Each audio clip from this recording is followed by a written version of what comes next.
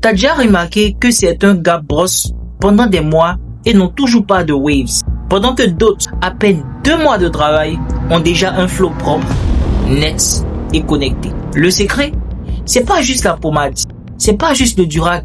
Le secret, c'est la maîtrise de ton brossage. Et aujourd'hui, je vais t'expliquer les 3 grandes phases de brossage pour que tu brosses comme il faut, au bon moment, selon ton niveau. Parce que tu ne peux pas brosser comme un avancé quand tu débutes. Et tu ne dois pas rester dans le brossage débutant quand les waves commencent à se connecter. Bref, on va rentrer dans les détails, étape par étape. YouTube, bienvenue sur ma chaîne, ici votre gars Mondesibo. Ici on parle de lifestyle, grooming, de tout ce qui est à trop soins capillaires, waves. Beaucoup de personnes pensent que pour avoir les waves, il suffit juste de brosser, de mettre du Durag, de la pommade. Mais c'est faux. Si c'était aussi simple, tout le monde aurait eu un flow parfait.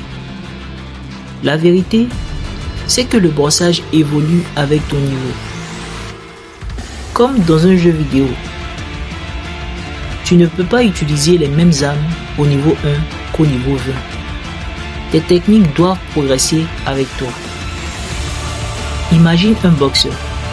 Quand il débute, il apprend juste à placer ses pieds et à donner un jab. Simple.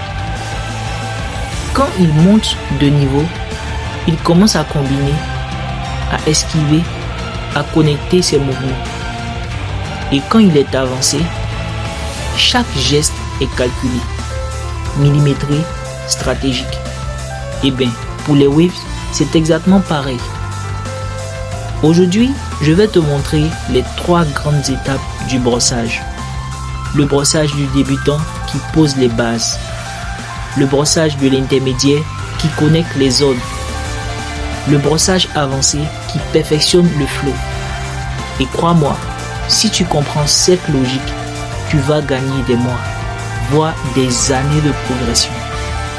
Tu ne vas plus brosser pour brosser. Tu vas brosser avec intelligence. Quand tu débutes les waves, ton but, c'est d'imprimer un motif. Tes cheveux sont vierges. Ils n'ont aucune direction. Ils sont juste là, posés. Donc, ton travail, c'est de leur apprendre un angle de sortie. Ça veut dire que tu dois choisir ton pattern. 360 swirl, 360 beehive, 540 ou 720. Et ensuite, tu dois répéter encore et encore les mêmes mouvements de brosse. Au départ, tes cheveux ne savent rien. Ils poussent comme ils veulent, dans tous les sens. Ton rôle, c'est de leur enseigner une direction. Imagine un champ sauvage, avec des herbes qui partent dans tous les sens.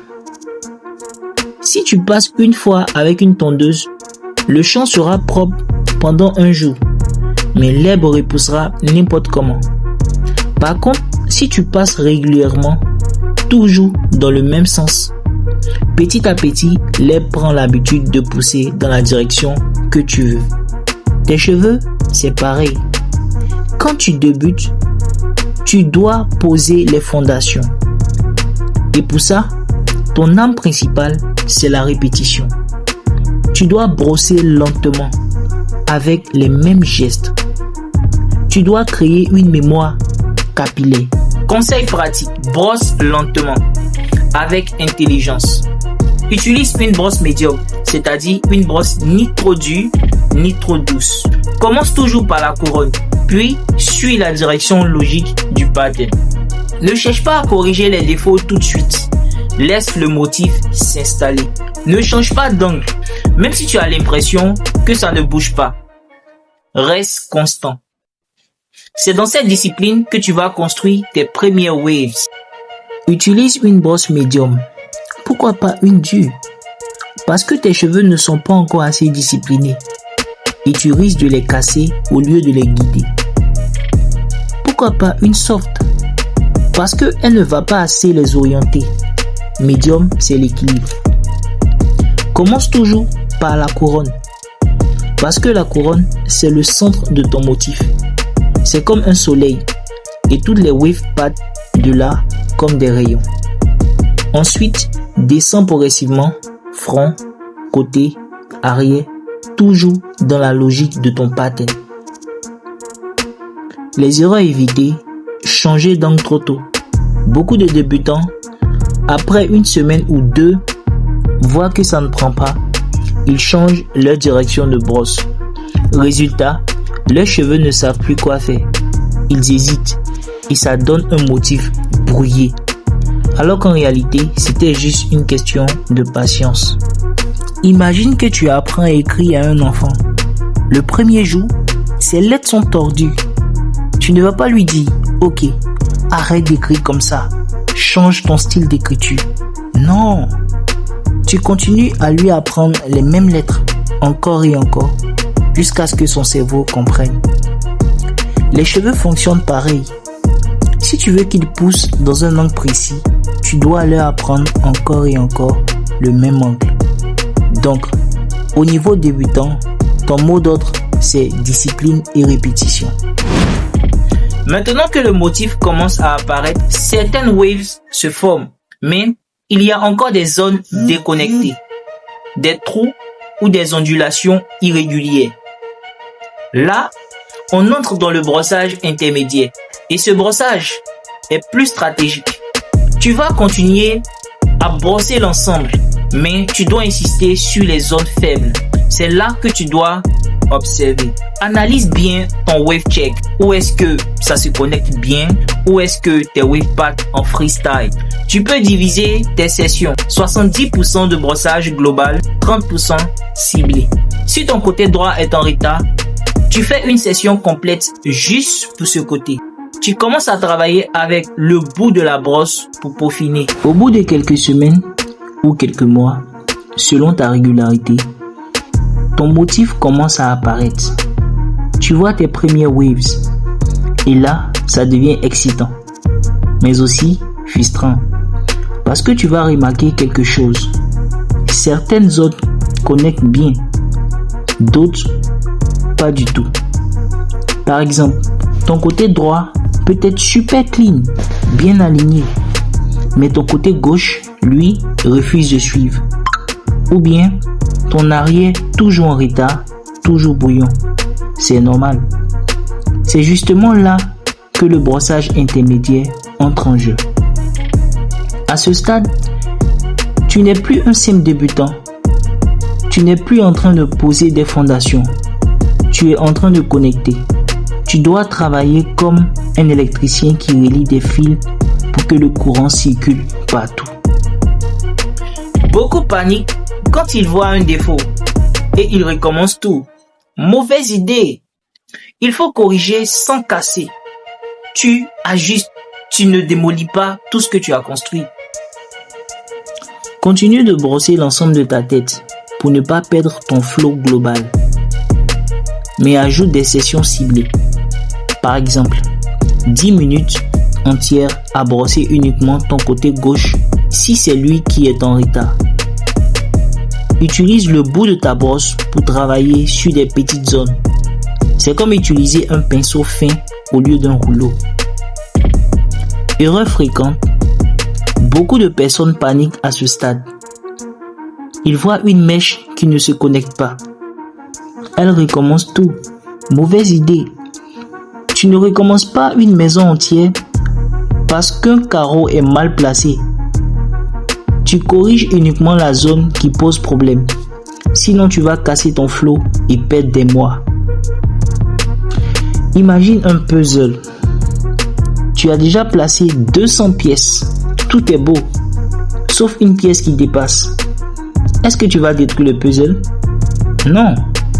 Tu observes, tu ajustes, tu places la pièce correctement. Les waves, c'est pareil. Tu ajustes des zones faibles sans détruire ton flow global. C'est tout, hein.